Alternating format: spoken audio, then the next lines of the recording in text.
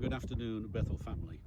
I'm here now in Rhodes Old Town, and as you can see, I'm in the harbour.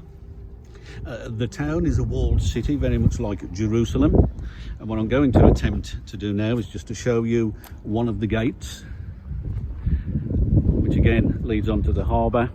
Then you can see the turreted walls, the towers, some more of the city walls. And what I'm panning it around to now is something I'm quite excited to see, because this is St. Paul's Gate, obviously named after the Apostle Paul. Paul is mentioned in the Bible in Acts 21 verse 1. It tells us that Paul left Turkey and came to Kos and then sailed across to Rhodes. Now, for those of you who know your geography, you'll realise that Turkey is literally about 10 miles away from Rhodes. Kos is a little further. It's about 60 miles by sea. But Paul came to the island of Rhodes, and it literally, that's all it says about him in the Bible, is that he came to Rhodes. But Paul left his mark.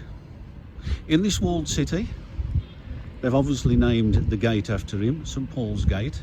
And then further on down the coast is St. Paul's Bay, and that's situated at a place called Lindos.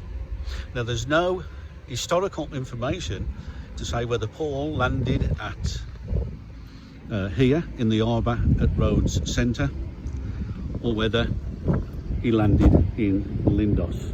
But nevertheless, Paul came to Rhodes.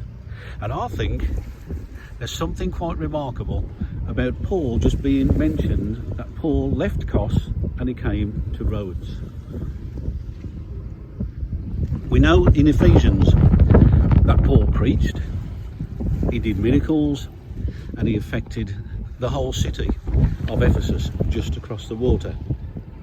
He came to Rhodes, and it says nothing about his trip, but the evidence of his trip is seen all across the island. I know today it's a Greek Orthodox island, but there are churches, there are even evangelical churches I've seen, and on the whole, Rhodes is a Christian country. And so whatever Paul did in coming to Rhodes, he left his mark. And I just want to ponder on that just for a moment today. Paul left his mark. It doesn't say he did great miracles. It doesn't say he had great debates. It doesn't even say that he had great evangelical campaigns and thousands became followers of Christ. But whatever Paul did, he left his mark. And you know, that's all we can hope and pray for as Christians. We may not do miracles. We may not even preach to hundreds of thousands of people. But wouldn't it be marvellous if we just left our mark?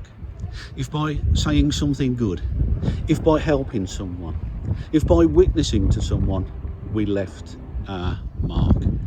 Paul in his letter to the Ephesians says, let everything you say be good and helpful. And I think that's a good mantra to live your life by. That when you speak to people, let it be good, let it be encouraging, let it be helpful, and let your mark be left on this world in which we live. So here is another snapshot of Rhodes. I hope you've enjoyed it as much as I have. I'm now going to explore some more.